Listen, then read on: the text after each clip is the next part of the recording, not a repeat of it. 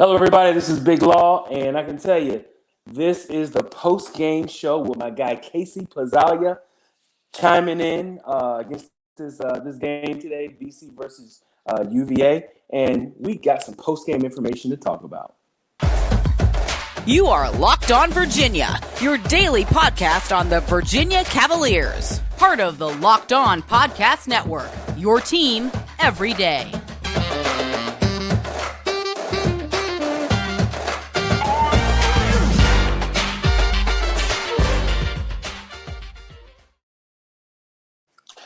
Good day, viewers and listeners. I'm your host, Big Law Lawrence Johnson, and welcome to the Locked On Virginia Cavaliers podcast, your first place to come to get your Wahoo fix every day as part of the Locked On Podcast Network. Our title sponsor today is FanDuel. This episode is brought to you by FanDuel Sportsbook, official sportsbook of Locked On. Make every moment more.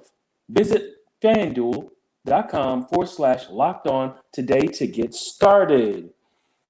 So yes, everybody, as I said, I got my guy Casey Pazzalia in the building from the Virginia Gameday podcast. How you doing, brother? Very, very good, man. We are on a roll. Just had a nice win over Boston College, so everything is good over here in Charlottesville. Happy to be with you, Law.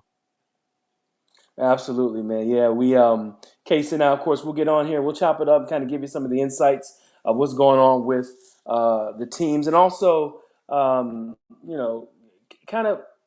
give you an idea of where we think this team can go, from a visionary standpoint. And I mean, this game against Boston College was a game that they had to have. It was at home. You and I had a little discussion before the show. We're talking about how packed it was. I was kind of surprised by that, man. What were your thoughts of that? So going into the game, I mean, listen, it's Boston College, right? It wasn't that hot of a ticket, I thought. It's noon Saturday. I didn't think it was going to be packed at all. And I had a pretty easy time getting a parking pass. I had a pretty easy time getting tickets, and I'm like, man, we're like gonna be half filled. But no, the student section was full, both sides. The one end and then the side was full. There was no Boston College fans there, which is always a good sign. And the top level was full, and everyone was engaged and loud. And I think what it is that this team has the fans believing. This team has Wahoo Nation thinking that there's a pot of gold at the end of this tunnel. I think there is. I think there could be some sort of pot of gold. Now, the size of the pot of gold is the is going to be the kicker. I'm not sure what size the pot of gold is, but the way that they're playing, and I don't want to jinx us. I gotta knock on wood. I don't want to jinx us, but it gives a true feel of what it was like when we're on our championship run. Now let's not get it twisted with, saying that we're definitely going to be a championship team. But Tony Bennett is starting to find his rhythm with his rotation. And that's the thing. I called it his Tony Bennett's forever starting five. His forever starting five now: Kihei, Reese, Armand, Jaden, and Vanderplas. Those are the guys who I feel Tony's the most comfortable with. And then lo and behold, the two guys that come off the bench, the 5 and the 7 guy, are true freshmen. And they have been absolutely dynamite, in their participation in the games. Now, they did dominate this game against BC. BC was scrappy, man. I felt like, they could only do what they could do. I did get a little concerned when their big man, within like the first 5 minutes, had 13 points. He was on fire, wasn't he? 60. Yeah. I said, okay. He's a pro big man. He's a professional. So, but he cooled off. Tony's defense kicked in. Another thing was, I think that Vanderplas was a little too small, and he had enough ball skills and was a good enough scorer where he kept the ball away from Ben, and he could shoot, with his ball, with the ball above his shoulders really well. So Yeah, this guy, Quentin Post, he's a Post. good player, Mm-hmm. right? Yeah, he's a Mm-hmm. good player. He's coming off his last three games, including against Virginia. He had 29 against Notre Dame, he had Mm-hmm. 22 against Louisville, and then 24 tonight against Virginia. So this dude can play, right? Mm-hmm. And we saw pretty quickly tonight that Ben wasn't the answer defensively. Then Poppy came in. Poppy got killed by Worked. Post. He He got got worked. two quick drives and then two threes, and it was like, all right, this That ain't isn't the or solution then either. he brings in Yep. Caden. And then finally, Caden, and on my show, I was earlier, I was talking. It was like the hero's return to. Mm-hmm. It was perfectly set up because Caden hasn't been playing at all. He's been playing three Mm-hmm. minutes a game the Right. last couple games here. Mm-hmm. So it was set up perfectly where Caden, we need you. We have a great job for you to do. And lo and behold, he did it. He forced a shot clock violation against Post. He cooled him down because he scored 24, but he was on pace for a whole lot more. He really was. He And really was, man. and Caden was tough with him, long, contested every shot, was able to cover him on the perimeter. And so just shouts to Caden for kind of having that tough spot where you're not playing as much, going from a starter to a end of the bench guy, and then coming up in a big spot and getting some valuable minutes. Well, that's what he's there for. He's your defensive pogo stick, long, Mm-hmm. athletic guy, quick jump off the ground, shot changer. He's definitely that guy, and he did his job. He started getting in some foul trouble late, but he did his job enough to slow down the big man so that the rest of the defense could kind of catch up to what was going on. But yeah, Quentin Post, is he a junior, senior? What is he? So Quentin Post was a transfer. He was at Mississippi State for a couple of years. Wow. He's been in Boston College. This is his second year in Boston College, but he missed most of this. He's only played maybe This 10 is ninth games. game. This is ninth game, right? Yeah, so Yeah. he's missed a lot of time. Uh, he's starting to find himself a groove though, and for Boston College, that's one area where they were better than us. So I was not impressed with Boston College's team. They don't shoot the ball well at all, but with that one shining piece, they do have something there. So I'm sure they'll continue to use him and kind of lean on him as much as they can because they don't have a whole lot after him. Well, I can see them upsetting some teams, later in the season here with They beat Post. Tech. Yeah, and, if he continues to, get more comfortable, and do what he's been doing. I mean, he did that against put up that many points against a Virginia defense like it won't nothing. I was like, wow. I said, I looked up behind me. I said, there's some pro scouts here, because he was looking like the best big man in the ACC, right off of there. But he did great for his team. But the Wahoos definitely caught up with him and got the job done, 76-57. The game shouldn't have been that close. That's what we were saying earlier as well. Uh, you know, Tony Bennett is very gracious, a very respectable coach. He took his foot off. A lot of coaches wouldn't do that. He took his foot off of off the gas, with his team. Took all the starters out pretty much with like 5 minutes left, or not all of them, but started mixing starters in with about five Yeah. minutes left, and you could just see that he was just saying, "Hey, run the offense. I don't want you guys running fast breaks and jacking up threes." He said he really one of the guys that came in to run the offense, and get a respectable shot with the shot clock running down. So he really wasn't trying to run the score up, but they scored 76. This team is magical when they score 76 points. Yeah. They they were up 27 with 3 minutes left. So I was hoping we would get a nice 20-point win at least. Mm-hmm. It's not every day that it's not every day that we get to have those kind of games, especially in conference play. We Right. beat Georgia Tech by 18, and we haven't been able to pull away for a 20-point conference win, but we almost got it here. The reserves in the final 3 minutes didn't look Mm-hmm. very very well. I'd love to see they put in Caden and Poppy at the same time. I've never seen that, so that was one I've notable never seen notable that thing. either. Yeah. But Yeah. I wish they were able to get a bucket at least to just kind of get them over that hump. But it's tough. It's tough being put in at the end. Everyone wants to get a shot up, and Yeah. And I it's can not an tell you, easy task. winning 6 games straight is not, is not an easy task. It's nothing to sneeze at. But let me tell you some more information about one of our customers here. So we have the NFL playoffs are here.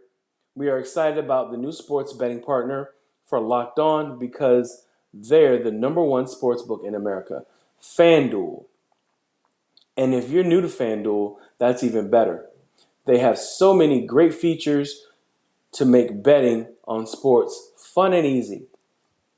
New customers, join today to get started with $150 in free bets guaranteed when you place your first $5 bet. Just sign up at fanduel.com/locked on. FanDuel has your favorite bets from the money line to point spreads to player props. Plus, you can even combine your bets for a chance at a bigger payout with the same game parlay. Of course, this is the best time of the year for betting. You got the brackets coming up, and you also have the Super Bowl, so you don't want to miss out. All on the app that's safe, secure, and super easy to use.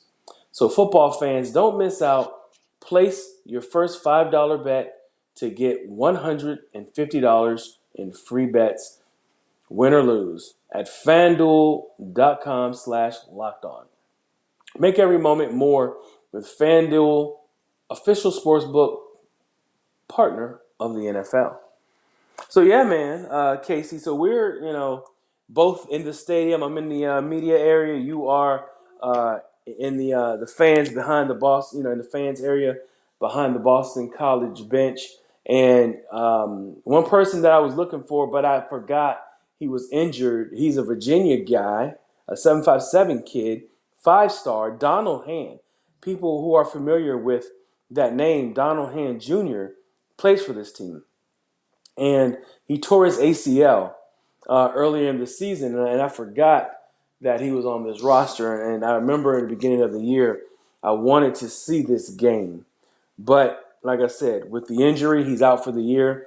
But he was one of those 5-star kids. I was surprised that UVA didn't even, you know, give him a look, really, like a real serious look. But I think that, of course, Coach Bennett knows what he's doing when he picked up Isaac McNeely and Trout, Ryan Dunn, and Leon Bond. Yeah, his Donald Hand Sr. played at UVA. That's right. That's right. That's why I was looking for Junior, and I forgot that Junior had a ACL injury in the So is he beginning of the redshirting year. this year then? Yeah, he's gonna redshirt. I don't think he played. He couldn't have played in 2-3 games. So yeah, Okay. yeah. So yeah, So he's out. Also, talking about those true freshmen. How about, and I call him my defensive X factor, Ryan freaking Dunn.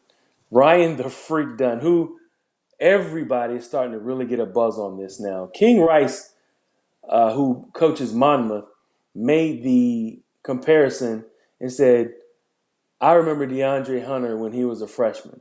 That kid is the closest thing to DeAndre Hunter that I've seen.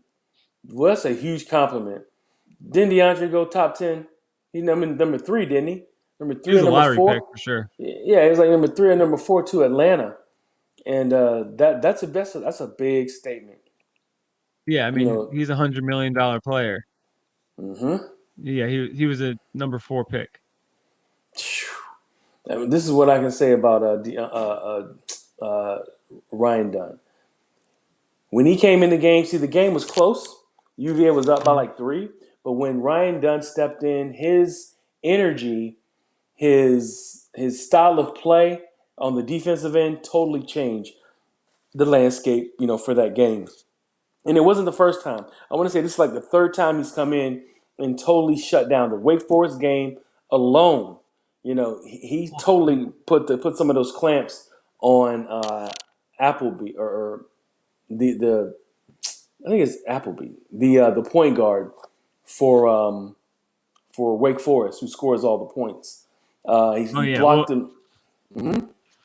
what do you think? What did he do?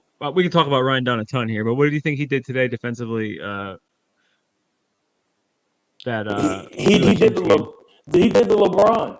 You know, Yeah, the block. yeah, the guy thought he had a dunk, and he runs, runs him down and blocks him from the back. And I said, this kid's officially taking over the game. And that was before he caught a half court alley oop, Yeah, from Reese Beekman, which you never see that here. Last time that happened in JPJ, honestly, was Justin Anderson. Probably catches something from it's London Parentes. it's hard to be such an impactful player when you're not at the top of the box score. That's But he right. is. He's a guy who's not going to lead the team in scoring, probably not going to lead the team in rebounding, but he's still one of the 2, 3 most impactful players of the game because his stat sheet gets filled horizontally. Every box is checked. And Mm-hmm. it's not just the stats, it's the impact plays that he makes. You talked about the block, you talked about the He had alley a oop. steal at half court. We kind But of did one of yep, these. Remember yeah, that? with the first big play he made today, which got the crowd off their feet, got everyone engaged. It was a game-changing point. Was the putback dunk? It was Mm-hmm. Yep. I think it was a 3-pointer from the corner by I think it was Armand, and he just timed it perfectly, caught Yep. it off the caught it off the rim and stuffed it. And he's got a great pedigree. He's a great kid, and he just like my wife loves him. Like Mm-hmm. he's her favorite player now, and Yeah. he's making believers out of every single fan in that arena, every single fan watching at home, and it's only his first year. Well, you saw that he didn't. An article came out where it said that he wanted to walk on at Virginia because Tony didn't have any scholarships Yep. left over.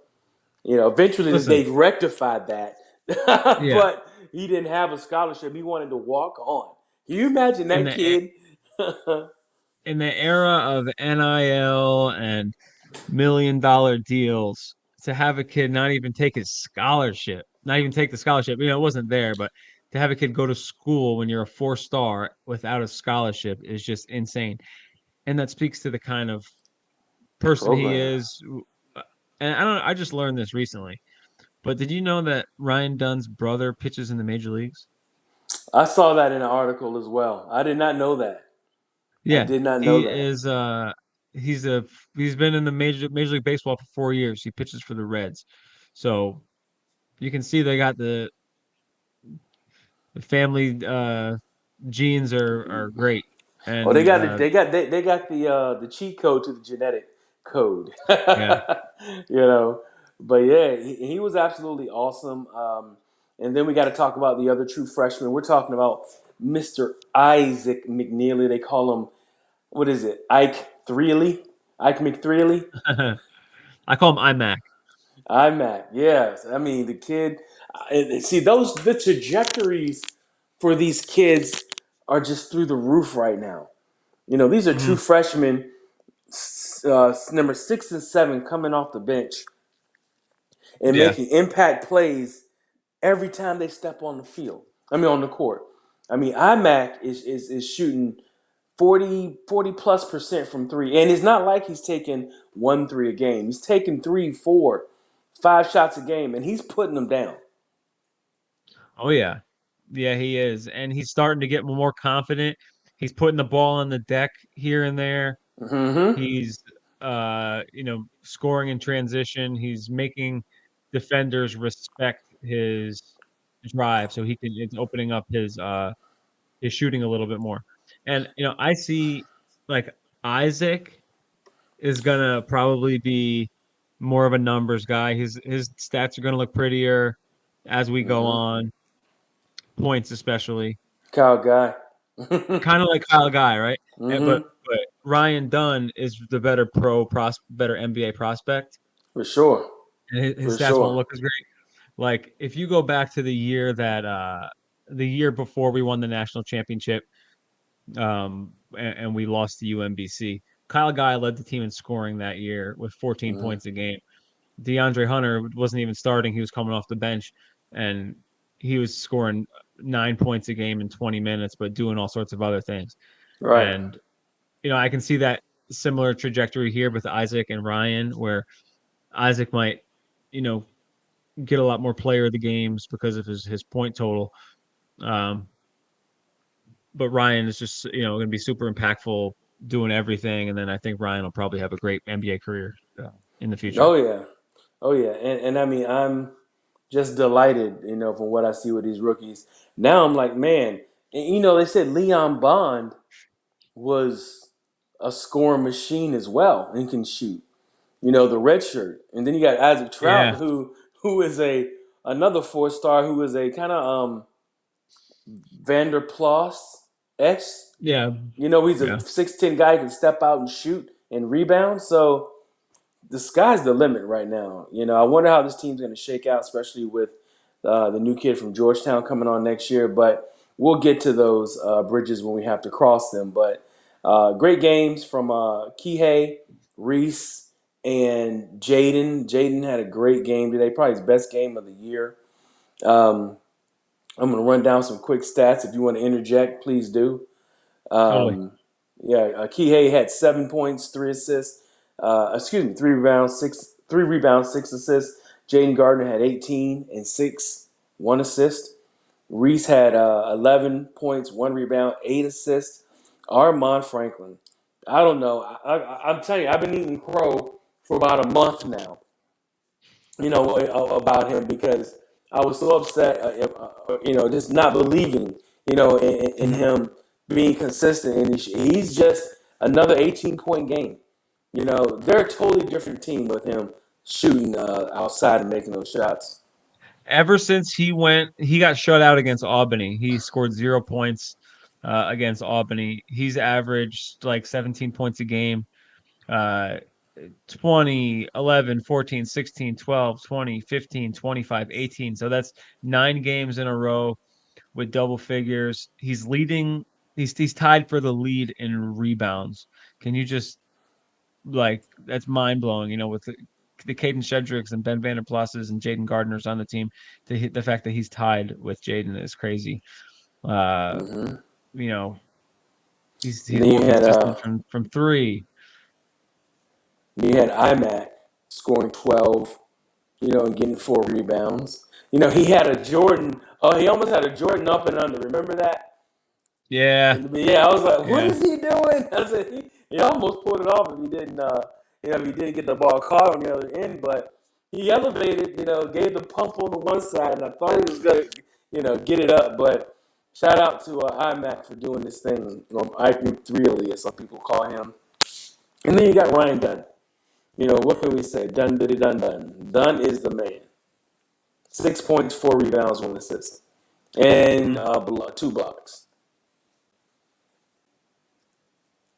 But yeah, Yeah, stats wise, Armand when he was on the floor against Boston College tonight, he was a plus 30 plus minus, which damn, is insane. that's insane. It just Yeah, speaks to your comments on Armand. He's developing his game so much. He's rounding out these areas and he's turning into an all-around player. I'm sure he's going to be a guy who will get some looks as a G League type guy and try and work his way up to getting some time in the NBA, but definitely in the G League. And uh, It was good to see a game where we didn't particularly shoot the ball well from deep. We shot Yeah, only made six six of, yeah only made six of six 21. threes. Yeah. Yeah, 6 of 21. But we Kihei hit a couple of nice mid-range shots. Jaden automatic from the mid-range, getting out on dunks. Caden had a nice putback dunk. So it was a good balanced team win. They took care of business, and it sets us up for a stretch run here where we got two away games in a row.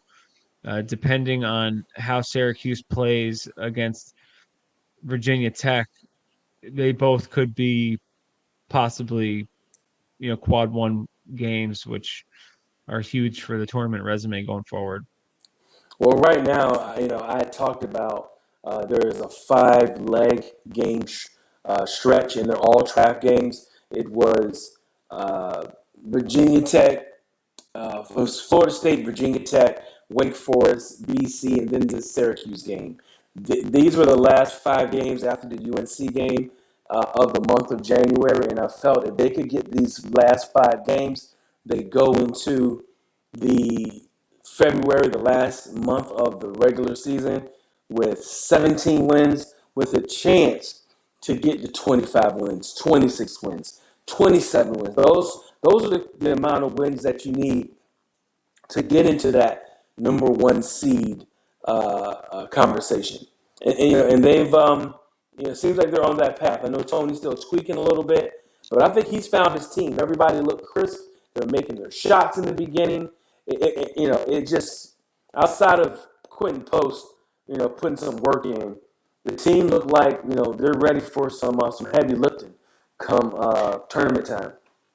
Yeah, he's got his rotation pretty much set, mixed in with a little bit. Poppy and Caden are kind of either or. It's going to be the 7 with either Caden or Poppy getting some minutes each night. So they're set. They're looking good. They have a lot of chances coming up to get those big wins. That Duke game at home is going to be big. The road game, these road Mm-hmm. games coming up. Road game at North Carolina, all big. Right now, they're trending at a 3 seed as we speak in the bracketology. If you look at the Lenardi bracketology boards or the Jerry Palm bracketology boards, they're looking like a 3 seed, which is the highest in the conference. No other ACC team has anywhere near 3 seed. The next highest is a 5. So, uh, listen, I think we're the best team in the conference. I think we are too. We just have to continue to not get into droughts. They did a decent job of not getting into long droughts. I'm not even going to count the end of the game, but for the most Yeah, part, when they started to get a little slow, you can see them, give a pump fake, get in a little closer, take the short mid range, and then yeah, they started driving to the bucket just to and stop. Uh huh. and you know how it goes. I mean, they've had adversity already this year, so Tony Mm-hmm. Bennett teams usually get better as the season goes, and that's what's happening this year, just with less hiccups. There That's hasn't been right. a Navy loss. There hasn't been a JMU loss. There hasn't been a Kent State or whoever they lost to a couple years ago. Mm-hmm. The teams we lost to were good, but they were tough, hard fought, close games that we could have won that you learn lessons from.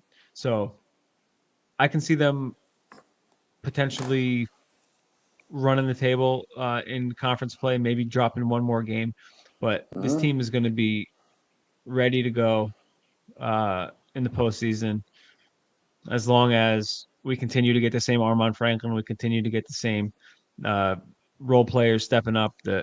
I think the first years will take another step, and with Tony at the switch, I'm confident.